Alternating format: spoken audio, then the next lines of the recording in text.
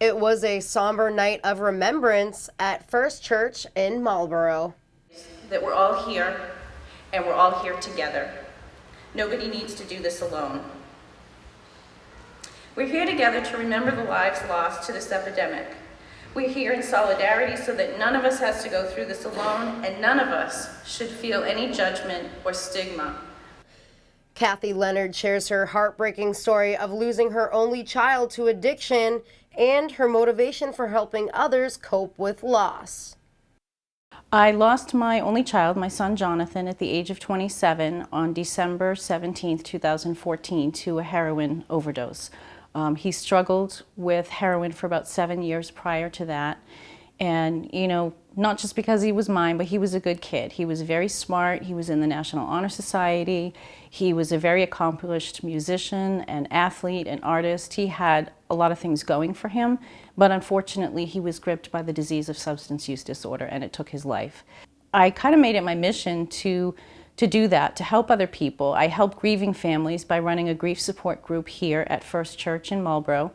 We meet on the second Wednesday of every month, and I've been doing that since May of 2015. So this event tonight is to mark International Overdose Awareness Day. I'm interested in that and started to do it is because when I heard how many people were dying of overdose just in our state, it was staggering. And I thought it's one thing to hear that number, but it would be another thing to actually see it, to visualize it. So I got the idea to place purple flags, and the city was kind enough to let me do that at the Walker Building, and it's a very powerful statement. Former New England Patriot Chris Sullivan discusses his hard-fought battle with addiction.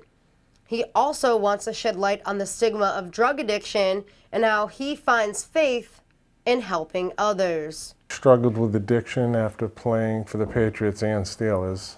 Struggled for about 8 years, and I thought I was different. I thought because I played football and I was a college graduate that addiction wouldn't affect me, or I was stronger than it, or it affected a different type of person. And I come to events like this because it affects everyone.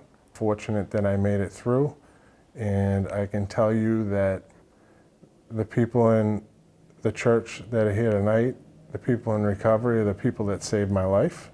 It wasn't the people that I knew from football or the organizations that reached out. It was the people that I thought that I was a little different than or stronger than growing up that saved my life. People do recover, that if you have lost someone, you don't need to suffer alone.